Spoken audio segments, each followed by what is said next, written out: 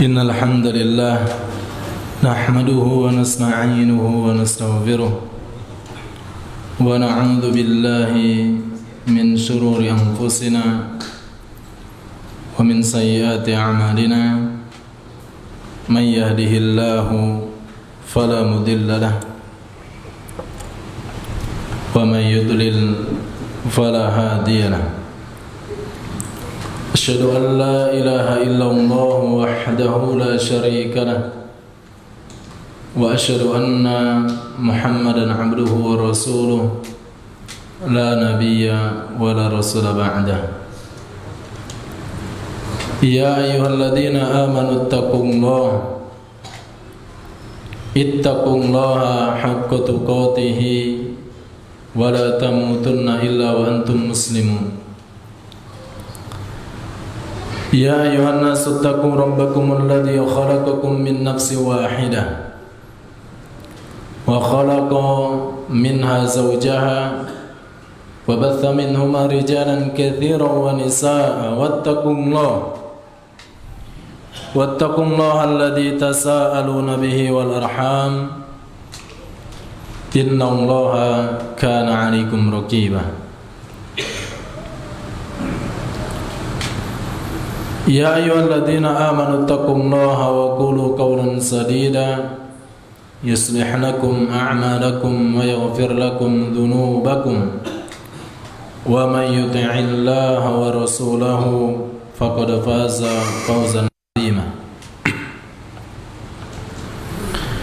فإن أصدق الحديث كتاب الله وخير الهدي هدي محمد صلى الله عليه وسلم وشر الأمور محدثاتها فإن كل محدثة في الدين بدعة وكل بدعة ضلالة وكل ضلالة في النار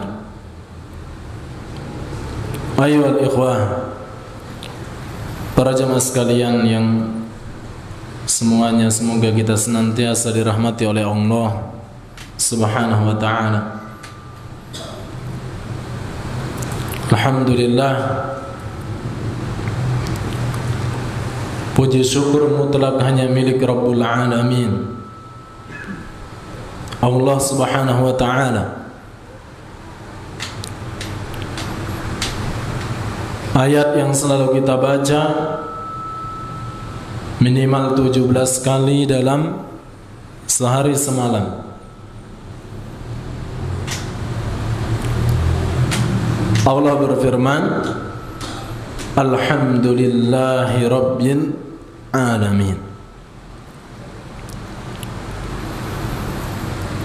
Segala puji milik Rabb Al-Alamin, pemilik yang merajai alam semesta ini. Satu kaidah yang harus kita pahami bersama, para ulama mengatakan al-alam ma dunallahi subhanahu wa ta'ala.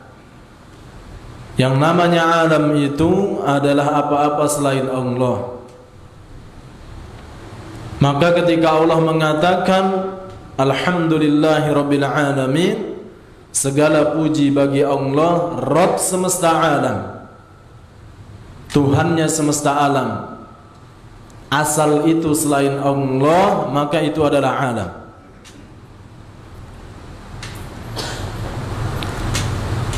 Gunung adalah alam, lautan adalah alam, kita bagian dari alam. Dan seluruh alam ini bergantung kepada Allah Subhanahu wa ta'ala. Allahus Samad, Allah tempat bergantung. Ayo ikhwah yang dimuliakan Allah Subhanahu wa ta'ala, pun dengan satu makhluk yang dengannya akan kita bahas kajian kita pada malam hari ini insyaallah. Apa satu makhluk tersebut? Terdapat pada firman Allah Subhanahu wa ta'ala, wal asr. Demi masa, demi waktu. Ada sebagian menerjemahkan sesuai dengan teksnya, demi waktu asar.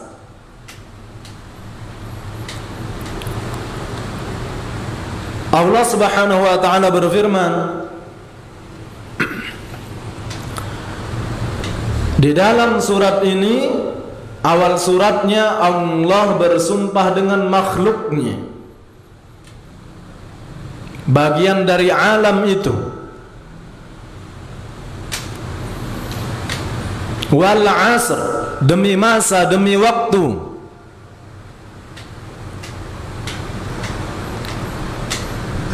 Dan yang boleh bersumpah dengan selain Allah ya Allah sendiri.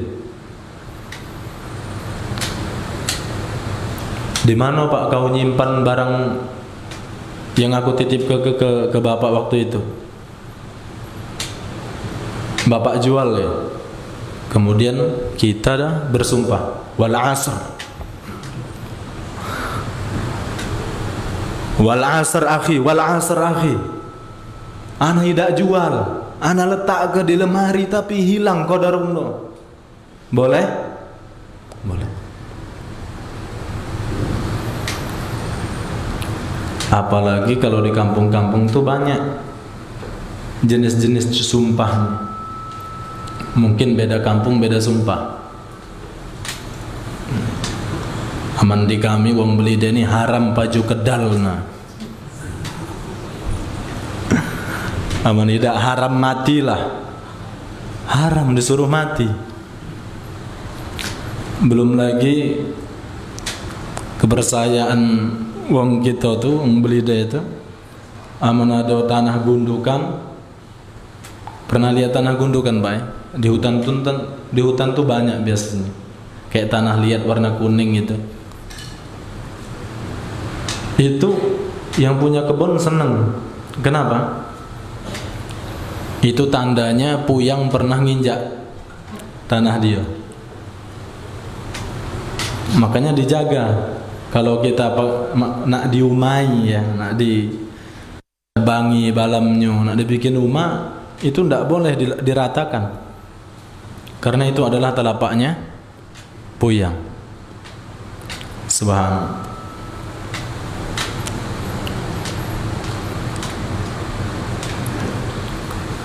Nah dulu waktu saya masih SD, dekat sekolah itu ada tanah gundukan itu. Bahkan dibikin rumah ya, dibikin rumah. Jadi tanah gundukan itu dilindungi. Ketika ada orang bebalah, tahu bebalah ya bapak-bapak ya, ada orang bebalah, dia ngajaknya ke tanah gundukan itu, sumpahan namanya. Nah mungkin aman di kita yang lah ngaji ini bahasanya mubahalah. Ya, sumpahan. Siapa yang salah itu yang kena laknat oleh Allah. Tapi bersumpahnya baik bukan dengan nama Allah. Ya itu tadi haram matilah itu. Haram baju kedalnya, masyaallah. Baik. Kembali kepada firman Allah Subhanahu wa taala. Allah berfirman wal asr, demi waktu. Nah ketika Allah sudah bersumpah dengan makhluknya, pasti setelah sumpah itu ada sesuatu yang sangat amat teramat penting yang Allah akan sampaikan kepada kita. Nah ini kan surat cinta dari Rabbul Alamin untuk kita makhluknya. Kita dulu kan mendapat surat dari orang yang kita cintai, cepat-cepat mau dibuka. Ada notifikasi WA dari orang yang kita kagumi, cepat-cepat mau kita buka. Ini pesannya apa? Lalu bagaimana dengan Al-Quran? Itu adalah pesan Rabbul Alamin, pesan Allah Subhanahu wa ta'ala untuk kita. Apa yang Allah katakan setelahnya? Innal insana lafi khusr. sesungguhnya manusia lafi khusr. Innal insana, inna itu saja sudah menunjukkan penekanan. Sesungguhnya manusia, lafi. Lam di situ adalah lamut taukid, ditekenin lagi. Maksudnya sesungguhnya manusia pasti benar-benar. Udah berapa kodrat tuh? Ditekankan oleh Allah. Sesungguhnya manusia pasti dan benar-benar pasti, kata Allah. Lafi khusr, dalam kerugian.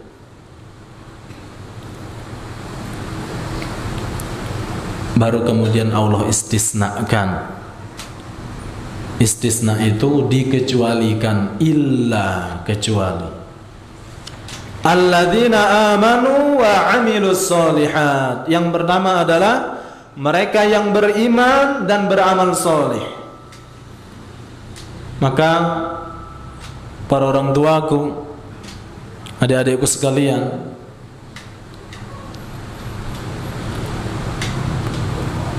Allah selalu menggabungkan kata-kata amanu, beriman, dengan amal soleh. Ngapa cak itu? Ini menunjukkan bahwa tidak cukup seseorang itu hanya ngaku beriman tapi tidak sholat.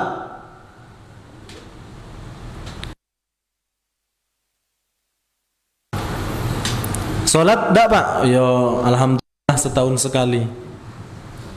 Idul Fitri nyoba ya. Inilah pak ya, agungnya Al-Quran itu seperti itu. Kalimat demi kalimat itu ada pesan penting di sana, dan jelinya para ulama dalam memahami Al-Quran. Bukan yang menerangkan pertama kali ini yang berbicara ini, bukan. Kita hanya menyampaikan perkataan para ulama. Para ulama mengatakan Allah selalu menggabungkan kata-kata amanu wa amilus solihat. Kata-kata beriman dan beramal soleh. Iman, amal soleh, iman, amal soleh, iman, amal soleh. Berarti yang pertama kali Allah sifati mereka yang tidak merugi itu adalah soleh. Makanya Abu Bakar tatkala beliau menjabat sebagai khalifah, beliau memerangi orang-orang yang tidak mau bayar zakat. Karena apa? Karena zakat adalah bentuk bukti dari kata-kata iman. Makanya Abu Bakar kan mengatakan, aku akan perangi orang-orang yang memisahkan antara solat dan zakat.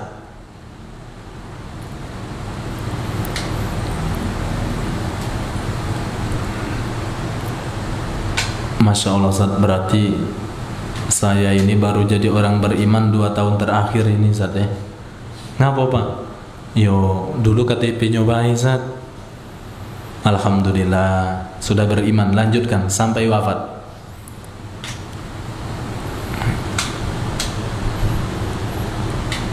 Kemudian yang kedua,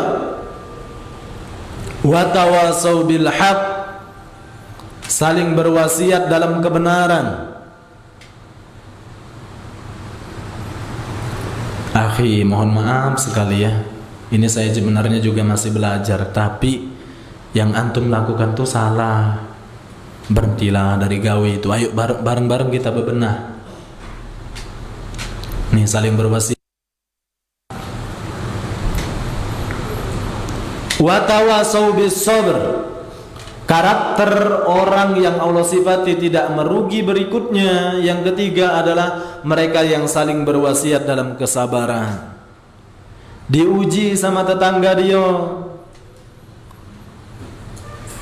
kemudian dia mau datengin tetangga dia itu, bawa golok. Pokoknya sekarang ini paling tidak kepalanya hilang itu wong. Nah, kita mendengar nih perkataan sohib kita tadi itu. Janganlah akhi, jangan. Kemarahan itu nggak bakal ada ujungnya kecuali penyesalan. Jangan, nggak usah. Sabarlah. Tapi Dionian yang salah. Iyo. Ada Allah, selesai.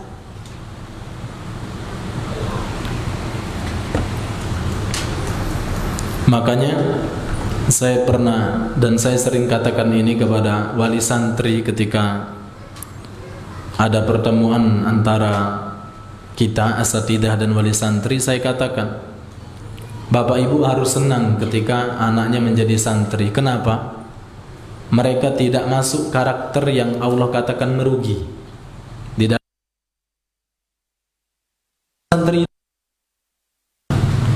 santri itu adalah orang yang beramal soleh. Anak-anak kita beramal soleh. Solatnya 5 waktu pasti solat. Puasa Senin Kamis pasti puasa Senin Kamis. Baca Quran jangan tanya. Oh, seneng kan kita orang tua?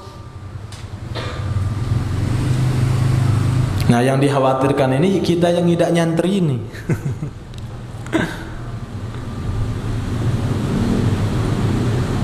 Ini sering kan kita mendengar, bahkan insya Allah kita sudah hafal semua nih surat Al-Asr.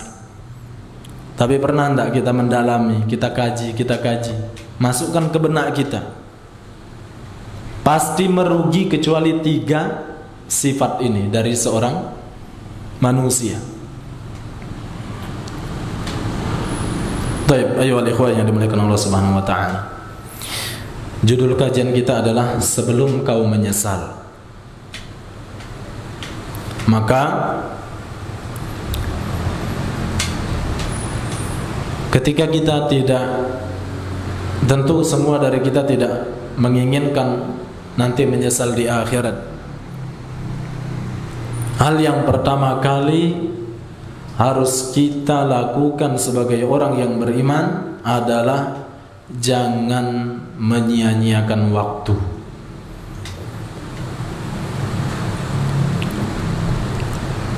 Dalilnya apa? Al-Asr yang barusan kita bahas. Agar tidak menyesal, jangan kita menjadi seorang yang sering menyia-nyiakan.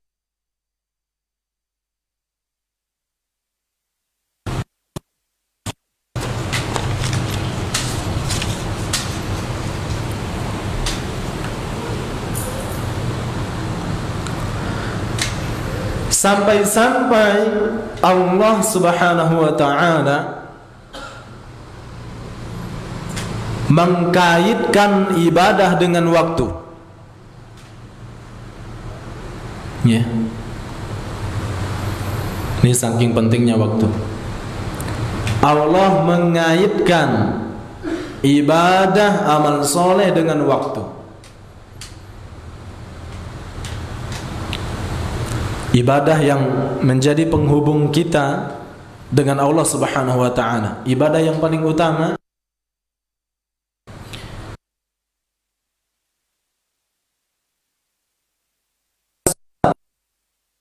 Allah. Hubungan antara kita dan Allah, antara hamba dan Tuhannya dan Rabbnya, yang pertama kali akan ditanya adalah solat. Namun hubungan yang akan pertama kali ditanya antara makhluk dan makhluk apa? Darah. Ya. Nih, hubungan kita dan Allah yang pertama kali akan ditanya adalah solat. Hubungan kita dengan orang lain, dengan sesama manusia, yang pertama kali akan ditanya adalah darah.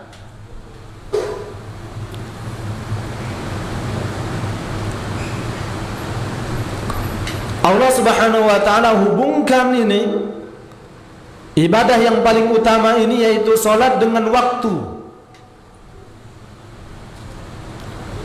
Allah Subhanahu wa ta'ala berfirman, inna sholata kanat 'alal mu'minina kitaban mawquta. Sesungguhnya solat itu adalah ibadah yang telah kami wajibkan kepada kalian pada waktu-waktu yang sudah ditentukan.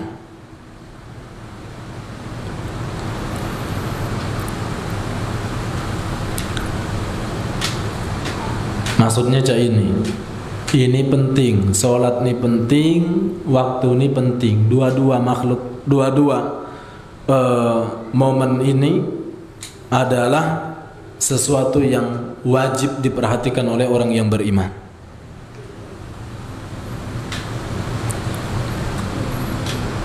Suatu ketika Abdullah ibnu Mas'ud, beliau datang kepada Nabi sallallahu alaihi wasallam dan beliau bertanya kepada Rasulullah, "Ya Rasulullah, ayyu amalin ahabbu ila Allah?"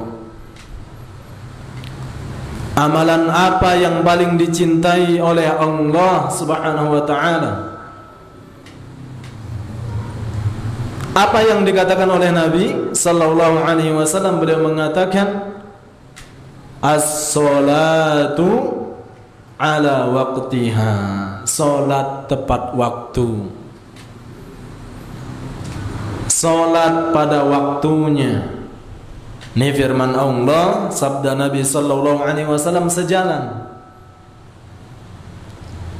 Salat dikaitkan dengan waktu. Sabda Nabi tadi ketika ditanya oleh Abdullah ibnu Mas'ud, amalan yang paling dicintai oleh Allah adalah salat tepat waktu.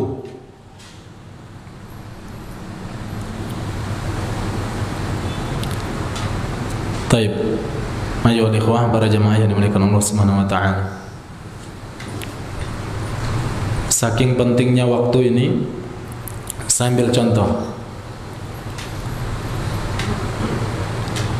Setelah sholat isya nanti saya ngumpulin antum semua. Jangan pulang dulu ya bapak-bapak, jangan pulang dulu.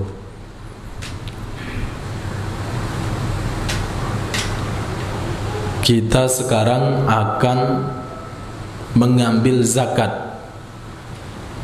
kepada bapak-bapak. Zakat bedia, Ustaz. Zakat fitrah dan zakat mal. Mana sekarang? 2,5%. Sekarang pertanyaannya, sah enggak zakatnya itu? Hah? Sah enggak zakat itu tadi? Enggak sah, Pak. Ngapa enggak sah? Karena zakat terikat dengan waktu. Ya. Ada lagi.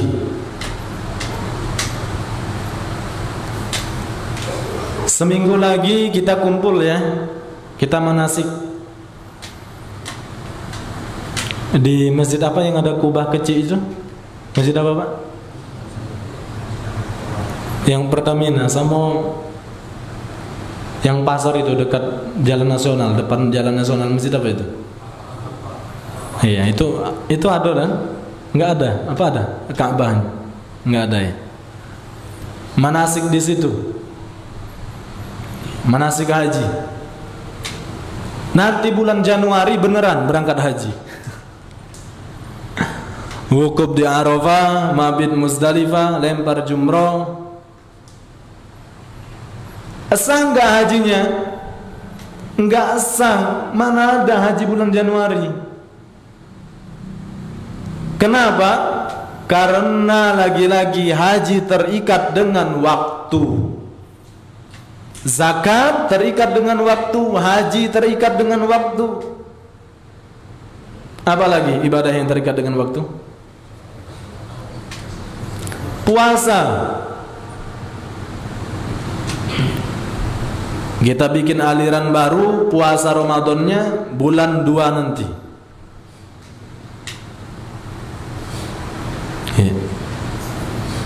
30 hari full. Enggak sah, Pak, puasanya. Karena lagi-lagi terikat dengan waktu. Banyak ibadah yang Allah ikatkan dengan waktu. Sama saja. Syarat dari solat itu sah adalah dukhulul waqt, masuknya waktu. Mana ada kok orang solat subuh jam 2 malam? Sah nggak solatnya? Nggak sah, karena terikat dengan waktu. Taib. Maka hal yang pertama kali agar kita tidak menyesal nanti di akhirat adalah kita manfaatkan waktu ini dengan sebaik-baiknya. Saya akan mengutip perkataan Al-Imam Ibnu Jama'ah di dalam kitab beliau Tadhkiratus Sami'. Beliau mengatakan apa? an yubadira shababahu wa awqati umrihi ila tahsili wa la yaghtarra bi khuda'it taswif wat ta'min fa inna kulla sa'atin tamdi min umrihi la badala laha wa la 'iwada anha. An yubadira shababahu wa awqati umrihi ila tahsil wa la yaghtarra bi khuda'it taswib wa ta'min. Hendaknya seseorang benar-benar memanfaatkan waktunya sebaik-baik mungkin, dan jangan sampai dia tertipu dengan taswif.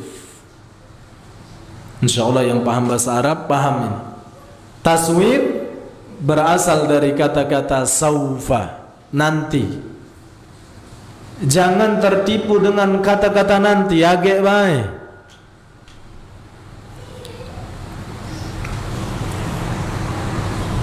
Nah, sekarang kita sudah berada di bulan Desember, penghujung tahun.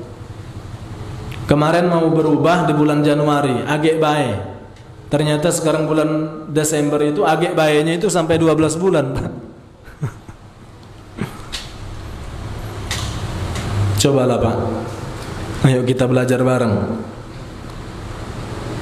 hadir di majelis ilmu agar kita terus menjadi lebih baik, menjadi lebih baik.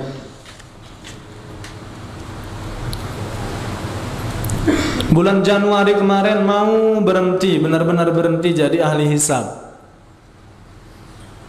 Ini bulan Desember ternyata lebih kencang lagi. Bulan Januari ahli hisab satu hari mungkin habis 2 bungkus, Desember ini 10 bungkus.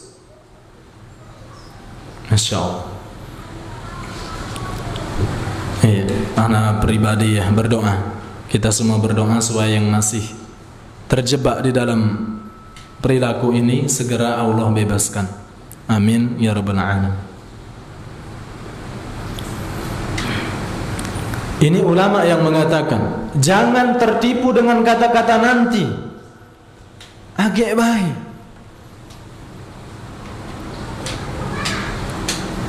Dan saya sering mengatakan ya, menerangkan di kajian-kajian saya itu, yang membuat kita agak dulu nanti aja itu tuh karena kita pertama merasa memiliki waktu.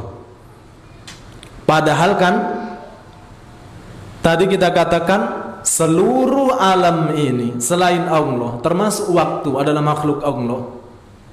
Itu adalah milik Allah, bukan milik kita. Nah, kapan kita mengatakan, ketika kita mengatakan nanti aja, itu seakan-akan kita itu memiliki waktu, padahal waktu punya Allah. Nantilah saat kalau saya sampai pada usia pensiun. Usia pensiun, usia punya Allah. Yang tahu kau bisa ke pensiun atau tidak itu Allah.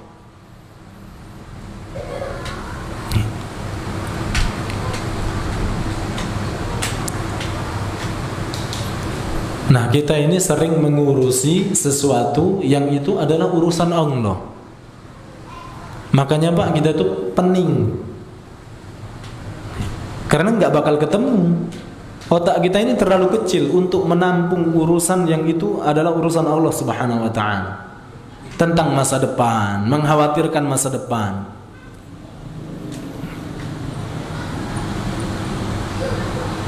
Ini kan kalau orang-orang yang mohon maaf cinta banget kepada dunia, matematikanya main terus tuh. Otak dia main terus. Income berapa segala macam main terus. Nah, orang beriman enggak seperti itu. Orang beriman dia hanya berusaha, adapun hasil itu Allah Subhanahu wa taala. Mana dalilnya? Wa may yattaqillaha yaj'al lahu makhraja. Siapa yang bertakwa kepada Allah, Allah akan beri dia jalan keluar. Masalah kau pacak keluar dari masalah kau itu apa tidak? Siapa yang ngurus? Allah, bukan urusan kita. Ada yang terjebak pada hutang misalkan juta, mungkin sampai 1 M. Cak mano ya Allah, umur aku udah sekian, ndak bakal aku bisa ngelunasi. hutang itu. Idza arada syai'an an yaqula lahu kun fayakun. Kecil bagi Allah 1 M. Yang cuma kita mampu apa? Ketika dalam sujud, ketika sholat berdoa, ya Allah, ludeskanlah semua hutangku itu ya Allah. Wa may yattaqillah, siapa yang bertakwa kepada Allah, maksudnya Allah itu jangan dimaksiati. Kita ada masalah, kita punya hutang sampai triliunan, intinya cuma siko, jangan maksiati Allah. Allah akan beri jalan keluar nanti. Siapa yang mengatakan Allah sendiri, zat yang paling mulia, Allah Rabbul Alamin. Itu kan kita sering, cak mana Pak kabar? Dah langdang pening ini, tidak tahu.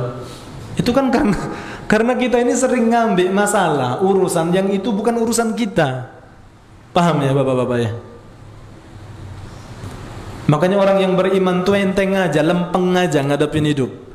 Mau masalahnya seperti apapun, intinya cuma siko, jangan maksiati Allah. Jaga terus batasan-batasan Allah Subhanahu wa ta'ala. Nah ini dah masalah lah banyak, utangnya lah ratusan juta, maksiat itulah gawi. Selesai kita Pak. Ya Allah Ustaz, alangkah mahal pondok-pondok pesantren Ustaz, anakku tak bakal pacak nuntut ilmu. Tak bakal pacak, itu matematika kita. Saya ada bapak-bapak di dusun saya itu Pak, daftar di pondok pesantren ternama di Lampung, Pondok Sunnah, bayarnya sekian puluh juta gitu. Saya tanya kepada beliau, Mang, saya bilang, anak mamang masuk mana? Di Lampung Zat. Masya Allah. Nah daftar, iya alhamdulillah lah keterima. Berapa SPP segala macam sekian. Dan saya tahu betul ini mamang ini dari segi ekonomi. Terus saya bilang, mohon maaf nih Mang ya, Agi bayar SPP, terus uang pangkalnya dari mana? Tidak tahu dia bilang. Yang penting anak aku keterima. Subhanallah. Kok bisa sampai main di level itu gitu? Bukan Pak, bukan berarti kami di sini kayak nggak usah lah kita mikirin matematika kita. Bukan. Memang perlu ya, perlu. Ini penghasilan saya sekian segala macam, kayaknya nggak bakal bisa masuk pesantren itu. Referensi pesantren yang banyak itu perlu memang. Oh kayaknya ekonomi yang pas untuk saya cuma di sini. Silahkan. Tapi terlalu kemudian mengandalkan matematika kita dan menomor sekiankan Allah. Nah itu.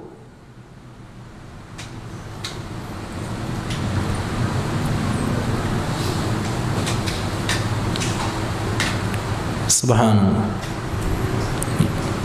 Nah ini tidak mau masuk ke pesantren, ngambil apa? Bank. Nah itu. Anaknya mau dimasukin ke pesantren, ngambilnya bank mekar. Nah itu yang tidak benar. Tujuannya mulia tapi dengan cara yang salah. Makanya kita harus benar-benar tahu nih apa sih yang dinamakan takwa itu apa gitu kan. Walau sesusah apapun dari segi ekonomi segala macam, intinya sih kok jangan maksiati Allah. Innallaha la yukhliful mi'ad. Allah itu mustahil menyelisihi janjinya. Mustahil Allah menyelisihi janji. Tidak mungkin. Tapi itu tadi kita yakin atau tidak. Taib, ya ikhwah yang dimuliakan Allah Subhanahu wa taala. Jadi kata beliau, jangan tertipu dengan kata-kata nanti, ya baik. Wa ta'mil, dan angan-angan. Jangan tertipu dengan angan-angan yang panjang. Fa inna kulla sa'atin tamdi, karena setiap waktu itu akan berlalu, min umrihi, umurnya pun akan berlalu. La badala laha wala iwadu anha, enggak ada gantinya, wala iwat. Iwat itu kompensasi. Nggak ada kompensasi juga untuknya. Sekarang saya tanya bapak-bapak, para jamaah yang dimuliakan Allah Subhanahu wa taala, bisa nggak kita ini kembali ke waktu maghrib tadi? Bisa nggak? Lewat. Tadi duduk ketika masuk masjid tahiyatul masjid atau enggak? Ya Allah, saat saya kelewatan enggak tahiyatul masjid. Pacak tak balik lagi? Tak pacak, Pak, tak pacak. Imam sudah takbiratul ihram, ternyata kita telat nih masbuk masuk masjid. 1 rakaat, pacak tak? Bapak itu protes sama imamnya. Hei Pak Imam, Ustaz, ayo ulang lagi takbiratul ihram. Tak pacak. Lewat. Karena ada keutamaan sendiri kan, orang yang tidak pernah luput dari takbiratul ihram bersama imam.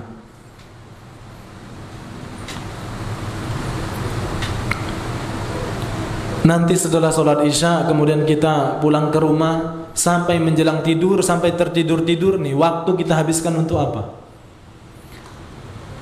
Makanya Imam Al-Hasan Al-Basri, beliau mengatakan, adraktu aqwaman kanu ashadda minkum hirsan ala awqatihim. Saya mendapati orang-orang terdahulu, maksudnya para sahabat terdahulu, mereka itu benar-benar memanfaatkan waktu mereka sebaik-baik mungkin, lebih daripada kalian mencari dinar ataupun dirham. Ini di pasar ini jam berapa? Jam 11 kalau lah rame belum? Pasar sayur. Mungkin ba'da isya itu kalau pedagang udah nggak tidur lagi. Mungkin ba'da asar tadi kan sayur-sayur sudah nyari di mana gitu kan. Disiapkan untuk dagang nanti dini hari.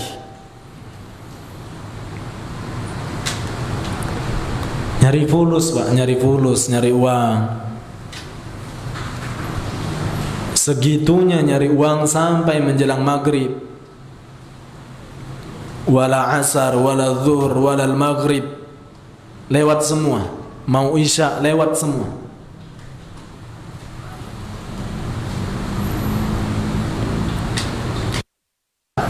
Kata Al-Hasan Al-Basri, beliau mengatakan, orang-orang terdahulu, para sahabat terdahulu, mereka menjaga waktu mereka lebih dahsyat daripada kalian mencari dinar atau dirham.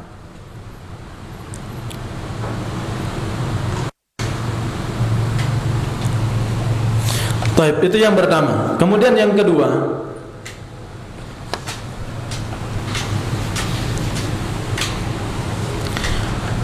agar kita kemudian tidak menyesal nanti di hadapan Allah Subhanahu wa taala, kita berbekal dengan sebaik-baik bekal.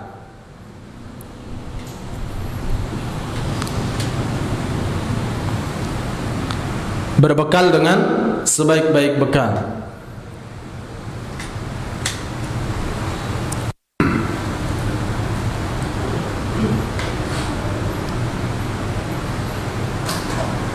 Allah Subhanahu wa taala berfirman di dalam surat Al-Baqarah ayat 197. Allah mengatakan, al-hajju asyhurum ma'lumat,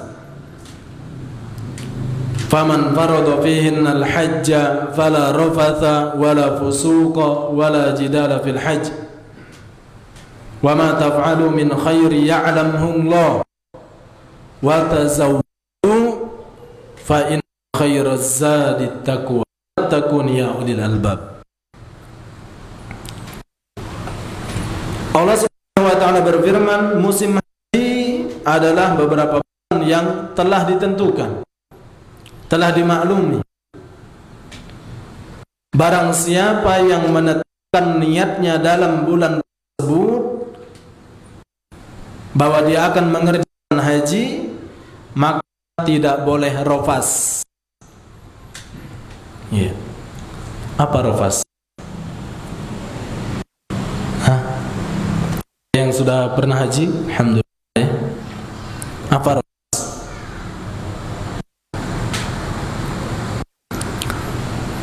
Bertemu antara suami dan istri dan yang semisalnya, sampai mohon maaf bercampur. Dan luar biasa Pak ya, saya pernah waktu di Madinah ditelepon sama adalah orang dusun. Tar, dia bilang, ini aku istri baru lahiran,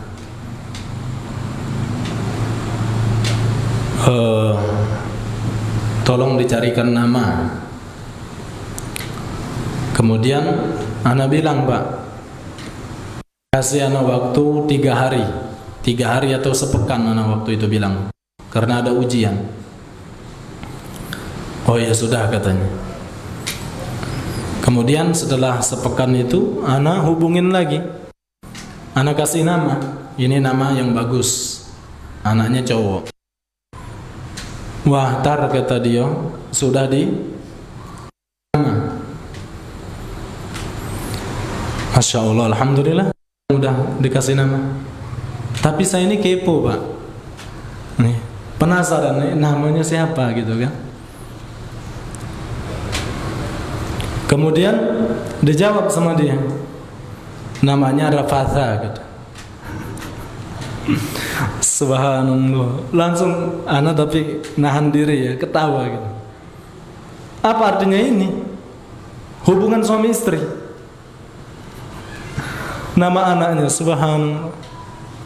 Makanya Pak ya, ini kalau kita sebagai seorang mukmin, nama itu teramat penting.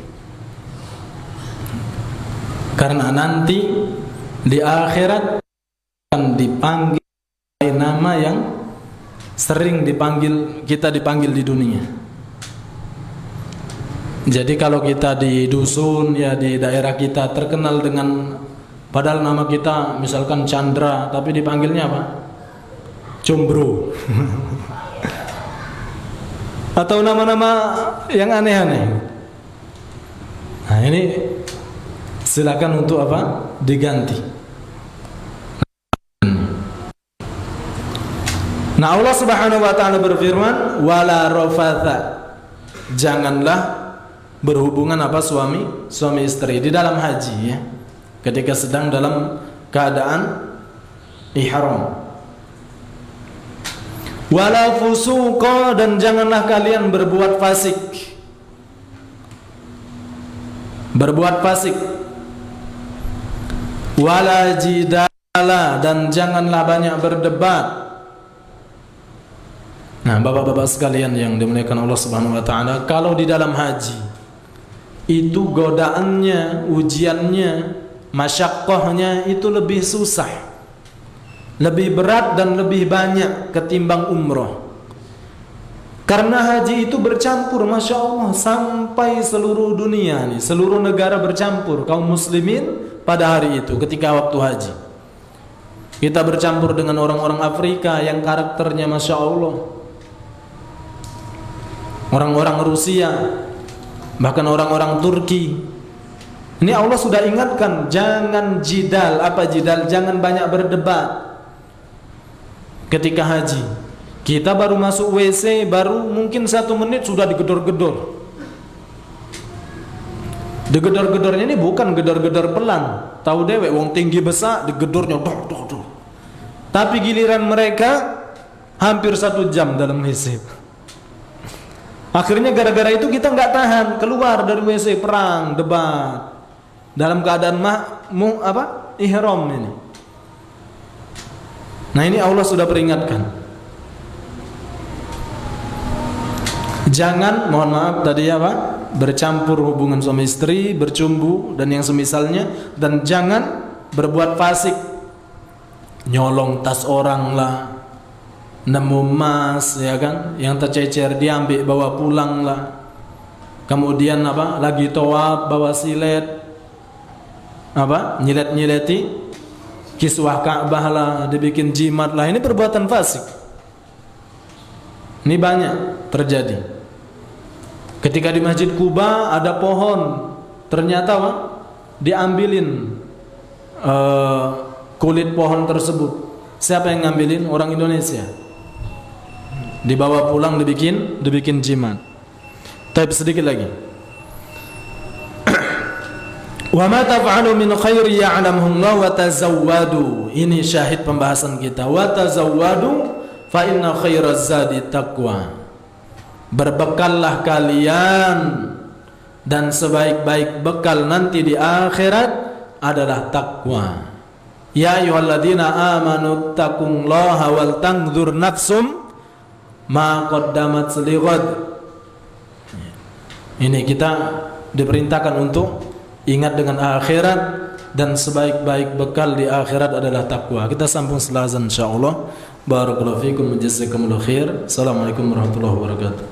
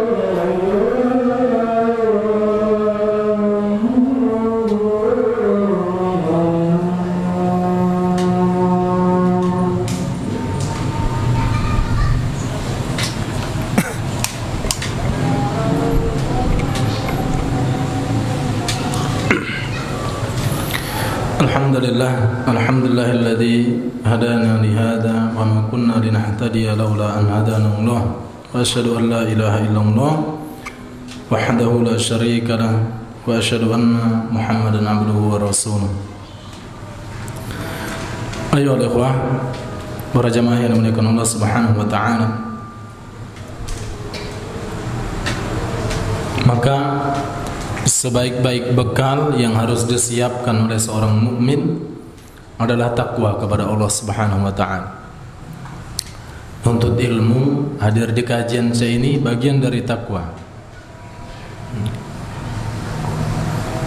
Rasulullah sallallahu alaihi wasallam berwasiat kepada seorang sahabat, jagalah Allah, maka Allah akan menjagamu. Maksudnya adalah jagalah batasan-batasan Allah.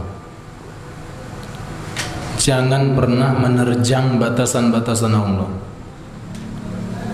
Baik dalam keadaan lapang, apalagi dalam keadaan sempit. Ini biasanya kita kalaf itu ketika dalam keadaan lapang apa sempit? Sempit. Lagi sempit terhimpit. Nah, ini biasanya kita lupa diri. Dan itu lebih asyad, lebih mengerikan sekali. Karena apa? Normalnya seorang hamba ketika dia diuji oleh Allah, dia akan kembali kepada Allah, akan ingat. Ditimpa oleh musibah, baru ngerengek-ngerengek salat malam, ya itu normal. Tapi yang lebih ajib lagi, dia dalam keadaan lapang, dia enggak pernah lupa kepada Rabbul Alamin. Dan yang sangat menyesakkan lagi, yang paling jelek dari itu adalah dalam keadaan sempit tertimpa musibah, semakin jauh dari Allah Subhanahu wa taala. Ada gempa sedikit, ya justru berbuat kesyirikan semakin menjadi. Sembelih kerbau, ya, diniatkan untuk apa? Ya, itu tadi telapak puyang tadi itu. Ini semakin jauh dari Allah Subhanahu wa taala. Maka tentu banyak definisi para ulama apa yang disebut dengan takwa. Intinya cuma berputar dari satu pengertian ini saja. Takwa adalah tidak pernah melanggar batasan-batasan Allah dan melakukan apa-apa yang diperintahkan oleh Allah Subhanahu wa taala. Inti dari pengertian takwa cuma berputar di sini saja, walaupun banyak pengertian yang berbeda-beda diberikan oleh para ulama. Taib. Abu Hurairah, sahabat Nabi sallallahu alaihi wasallam, tatkala beliau menjelang wafat, beliau menangis. Dikatakan kepada Abu Hurairah, "Ya Abu Hurairah, ma yubkik?" Wahai Abu Hurairah, apa yang menyebabkan kau menangis? Apakah karena suatu hal? Beliau mengatakan, "Aku menangis bukan karena dunia yang akan aku tinggalkan. Akan tetapi yang membuat aku menangis," kata beliau, "perjalanan di depan ini yang akan aku hadapi adalah perjalanan yang teramat panjang, sedangkan bekalku sedikit." Masya Allah, bapak-bapak sekalian, itu sekelas Abu Hurairah meriwayatkan hadis terbanyak dari sahabat Nabi sallallahu alaihi wasallam. Padahal beliau bersama Nabi itu cuma 3 atau 4 tahun saja bersama Nabi sallallahu alaihi wasallam. Sampai benar-benar kayak meninggalkan dunia gitu. Sering beliau itu makan apa? Roti kering. Gara-gara terus mau membersamai Nabi sallallahu alaihi wasallam. Ketika beliau menjelang wafat, beliau nangis. Namun kita nangis bukan karena apa? Bukan karena memikirkan perjalanan yang teramat panjang dan bekal sedikit, enggak. Kita nangis karena apa? Banyak hutang belum terbayar. Inilah para ikhwah yang dimuliakan Allah Subhanahu wa taala. Kemudian setelah itu Abu Hurairah radhiyallahu taala anhu, beliau berdoa kepada Allah Subhanahu wa taala. "Ya Allah, aku merindukan untuk berjumpa dengan Engkau, ya Allah. Jika engkau pun demikian, maka segerakanlah pertemuan tersebut. Maka bapak-bapak sekalian, tidak lama setelah itu beliau wafat.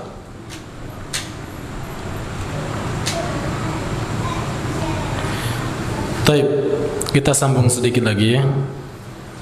Jadi yang pertama tadi, benar-benar kita memanfaatkan waktu sebaik mungkin. Allah mengaitkan, mendempetkan ibadah yang sangat agung, salat itu dengan waktu. Maksudnya ini teramat penting. Ibadah salat harus kita perhatikan dan harus tepat waktu. Para ulama mengatakan apa? Jika seseorang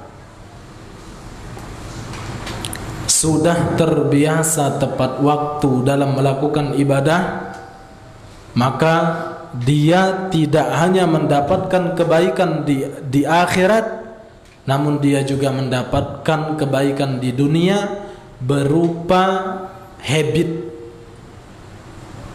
Apa itu habit? Kebiasaan. Saya ulang. Para ulama menjelaskan, ketika seseorang muslim, orang yang beriman, dia selalu tepat waktu dalam melakukan ibadah, tidak hanya dia akan mendapatkan kebaikan di akhirat, namun dia akan menjadi karakter seorang mukmin yang selalu tepat waktu. Dimulai dari mana? Dimulai dari dia selalu tepat waktu dalam melakukan ibadah. Enggak nunggu azan 5 menit sebelum azan, alhamdulillah 10 menit sebelum azan sudah di masjid. Selalu tepat waktu pokoknya, on time.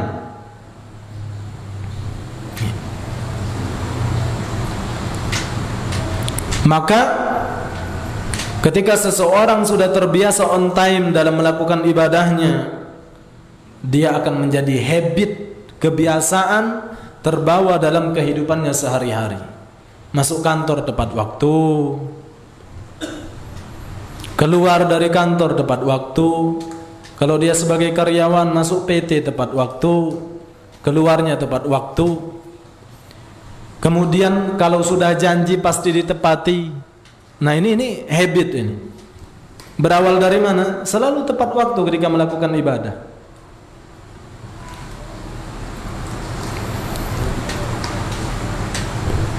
Kalau sudah janji jam sekian, pokoknya pasti datang. Dan itu akan diakui. Ketika seseorang memiliki apa? Memiliki karakter selalu tepat waktu. Pokoknya kalau sama si fulan jangan telat-telat. Aman diolah ngomong jam 12, pasti diolah di situ jam 12, pasti itu. Nah, ini kan habit namanya. Berawal dari mana?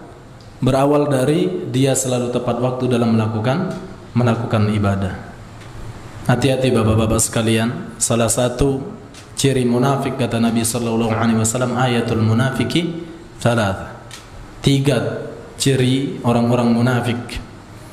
Salah satunya adalah idza wa'ada akhlafa. Apabila dia berjanji, dia yang mengingkari. Ya. Berjanji kemudian apa? Mengingkari janji tersebut. Baik.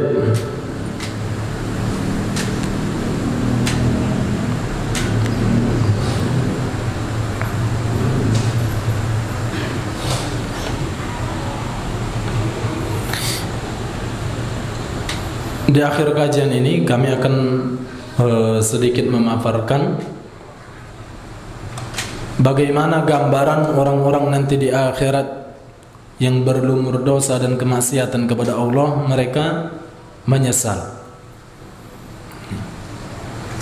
Dalam surat An-Naba ada setengah halaman terakhir itu, Allah Subhanahu wa taala berfirman,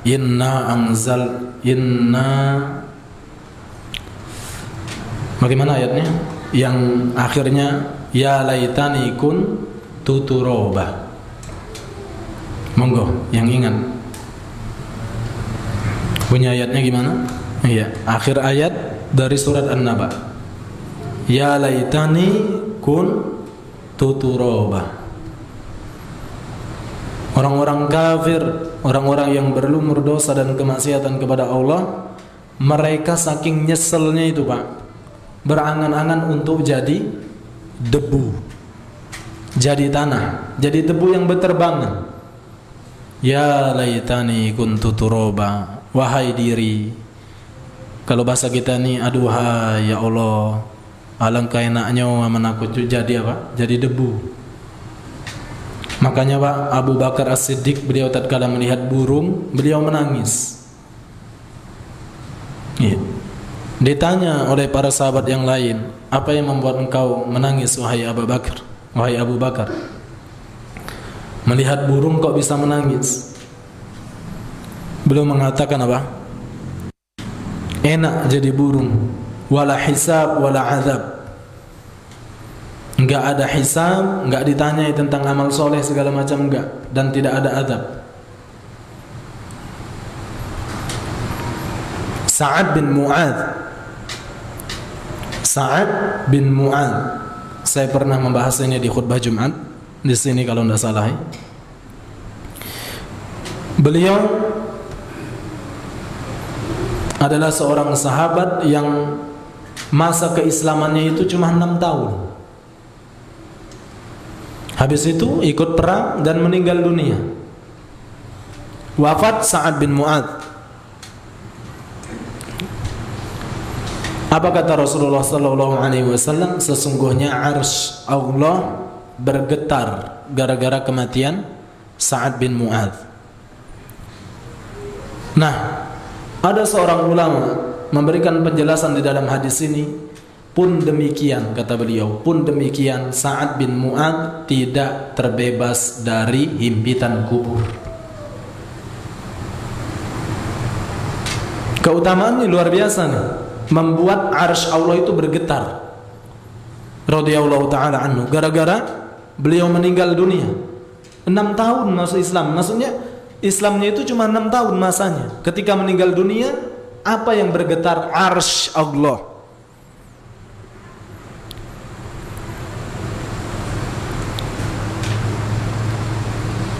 Tapi para ulama mengatakan pun demikian dengan keutamaan Sa'ad bin Mu'adz, beliau juga tidak terbebas dari himpitan kubur. Apalagi kita. Himpitan kubur itu digambarkan oleh para ulama apa? Sampai tulang rusuk kita ini bertabrakan satu sama lain.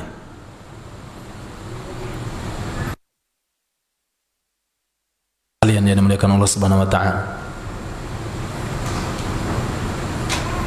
Bimithli hadza kata Rasulullah fa'iddu, dengan yang semisal inilah kalian harus siap-siap. Maka itu tadi, mumpung kita masih diberi kesempatan oleh Allah Subhanahu wa taala di dalam dunia ini, yang pertama agar kita tidak menyesal nih waktu nih, jangan sampai kita habiskan sia-sia. Apalagi kalau kita masih dalam usia muda. Usia muda itu berapa? 40 tahun ke bawah. Dan orang yang umurnya sudah 40 tahun ke atas sampai 60 tahun misalkan kok masih lalai, Allah sudah memutus udzur untuk dia. Ini juga pernah saya bahas. Allah sudah memutus udzur untuk dia. Makanya para ulama itu mengatakan ketika seseorang sudah berumur 40 tahun, dia berada di pertimpangan jalan. Imma dia mau lurus, wa imma dia masih bengkok. Itulah perangai dia. Berada di pertimpangan jalan. Maka ketika dia sudah berumur 40 tahun ke atas kok masih lalai, minuman-minuman keras semakin banyak, tahu mereknya dan dia tegak semakin banyak, maka Allah telah memutus uzur sama dia. Enggak ada uzur lagi. Allah Subhanahu wa taala mengatakan apa? Wa hum yastarikhuna fiha. Rabbana akhrijna na'mal salihan ghairal ladzi kunna na'mal. Awalam nu'ammirkum ma yatadhakkaru fihi man tadhakkar waja'akumun nadhir. Penduduk neraka jahanam mereka berteriak nanti di dalam neraka jahanam. Apa yang mereka teriakkan? Rabbana akhrijna na'mal salihan ghairal ladzi kunna na'mal. Ya Allah, keluarkan kami dari dunia. Kami akan beramal soleh. Yang amal soleh itu selain amal soleh yang kami lakukan di dunia dulu. Pokoknya mau cari amal soleh yang lain. Atau dalam tafsir yang lain bahwa yang dimaksud di sini adalah kami ingin melakukan amal soleh yang dulu sering kami tinggalkan semasa di dunia.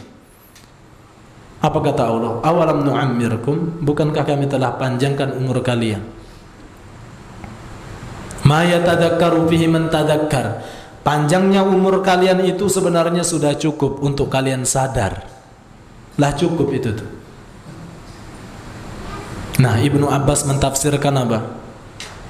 Allah mengatakan kami telah panjangkan umur kalian. Ibnu Abbas mengatakan umur tersebut adalah 60 tahun.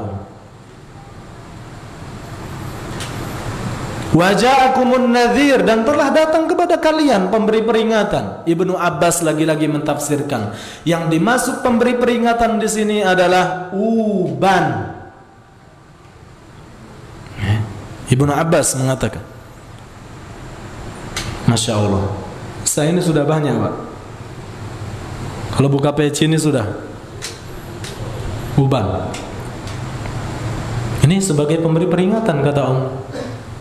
Wallahu a'lam ya, pernah di dunia kedokteran. Mohon maaf ini kalau salah, kalau di sini ada dokter misalkan. Kata mereka, rambut yang jadi uban itu sebenarnya itu sudah mati. Rambut itu. Maka masuk sekali nih dengan tafsirnya Ibnu Abbas. Yang nempel di kau tuh, rambut segala macam itu milik Allah. Maka sudah Allah matikan gitu kan. Rambut itu sudah Allah matikan. Nah, seakan-akan Allah akan mengatakan agek kau yang mati, bukan rambutmu baik. Ibnu Abbas yang mentafsirkan demikian, bapak-bapak sekalian. Maka sekali lagi, manfaatkan waktu kita dengan sebaik-baik mungkin. Usia yang sudah seperti kita ini bukan usia main-main lagi. Usia naik serius, meningkatkan hakikat ubudiyah kita kepada Allah Subhanahu wa taala. Dengan apa? Dengan itu tadi, jangan tertipu dengan nanti-nanti. Aduh, saat jam segini dagangan biasanya laris-larisnya agak baiklah hadir di kajian, kan ada streamingnya kan, agak aku nonton di YouTube, agak baik. Paksa diri. Ustaz Khalid Basalamah beliau mengatakan apa? Ibadah itu harus dipaksa. Pak, pernah enggak merasakan sholat itu berat banget? Pernah enggak? Terutama subuh ya, subhanallah. Apalagi lembur dari malam gitu. Ya Allah Ustaz, ya Allah berat. Siapa yang merasakan itu? Termasuk yang bicara. Kita semua pernah merasakan itu. Tapi apakah harus dituruti? Enggak bisa, dipaksa pokoknya. Bangun, langsung ke WC, masih ngantuk, mandi Pak. Harus seperti itu. Nah, yang mana dituruti, Masya Allah. Dengar azan subuh gitu kan, apa yang dibisikin oleh syaitan? Agak baiklah, nanti setelah azan. Nah, agak baik tadi nih. Kata beliau, jangan tertipu dengan agak baik. Setelah azan selesai, dibisikin lagi Pak. Agaklah menkomat. Setelah komat, agak baiklah. Nanti kalau sudah dengar takbiratul ihram. Setelah itu agak baiklah, aman kaulah dengar apa? Suara amin. Nah, baru ke masjid. Makanya musuh yang nyata di dalam kehidupan kita ini sampai hari kiamat itu syaitan. Ya. Syaitan. Saya pernah memiliki kajian yang judulnya adalah Ripal Abadi, itu dibahas di situ. Ripal abadi kita adalah syaitan. Makanya kalau kita mungkin ya namanya manusiawi, ada keles sesama kita, itu jangan semata-mata kita salahkan kawan kita karena ada keles segala macam, bukan. Musuh kita itu syaitan. Yang membuat kita bebalah itu siapa? Syaitan. Itu yang harus kita pahami. Tidak Dionian yang salah dia. Nah, ini ego. Padahal musuh dia syaitan, musuh kita syaitan, yang membuat kita bebalah, keles, tidak bersapan sampai mungkin bulanan, tahunan itu.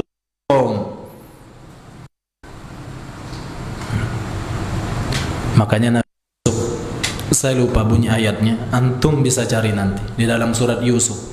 Ketika saudara-saudara beliau minta maaf kepada Nabi Yusuf, beliau mengatakan apa? Saya dan kalian sama-sama digoda oleh syaitan. Akhirnya terjadilah pertikaian di antara kita. Nabi Yusuf menyalahkan syaitan, tidak menyalahkan saudara-saudaranya. Taib, ayo ikhwah yang dimuliakan Allah Subhanahu wa taala. Ana ulangin sekali lagi agar kita tidak menyesal, manfaatkan waktu kita sebaik mungkin. Ya. Habis salat Isya ini nanti manfaatkan sebaik mungkin. Jangan ngobrol sampai jam 3 malam, jam 4 malam. Kalau obrolannya adalah tentang agama, saling berfaedah, fadhol. Kemudian yang kedua adalah berbekallah dengan sebaik-baik bekal. Karena perjalanan kita nanti di akhirat itu lebih teramat panjang ketimbang perjalanan kita di dunia ini. Taib, kalau kita mau ke Palembang gitu kan, kalau Palembang terlalu dekat lah 2 jam tembus insyaallah. Kalau kita mau ke Jawa misalkan sampai 2 hari, paling cepat 1 hari 1 malam. Tapi akhirnya kita akan sampai ke situ. Berbeda dengan akhirat. Akhirat tuh nggak tahu titiknya sampai mana ini.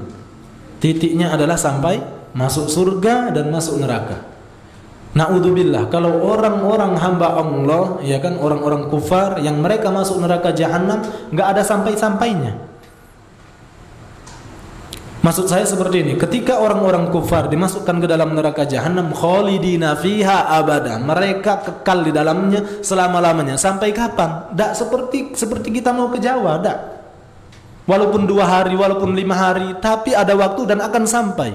Orang-orang kafir yang mereka dimasukkan ke dalam neraka Allah, nggak tahu sampai kapan tuh, nggak tahu.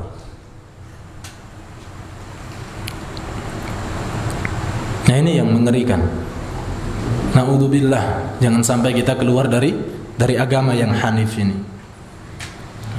Ada seorang ulama yang dia diakui kecerdasannya, ternyata akhir dari hayatnya, akhir dari hidupnya murtad, keluar dari Islam. Ulama Pak. Ini sekali lagi ana ulang, agar kita tidak menyesal, manfaatkan waktu kita dengan sebaik mungkin, kemudian berbekal dengan sebaik-baik bekal, yaitu takwa kepada Allah Subhanahu wa taala. Baik, ini yang bisa ana sampaikan. Billahi taufik. Ada yang mau bertanya?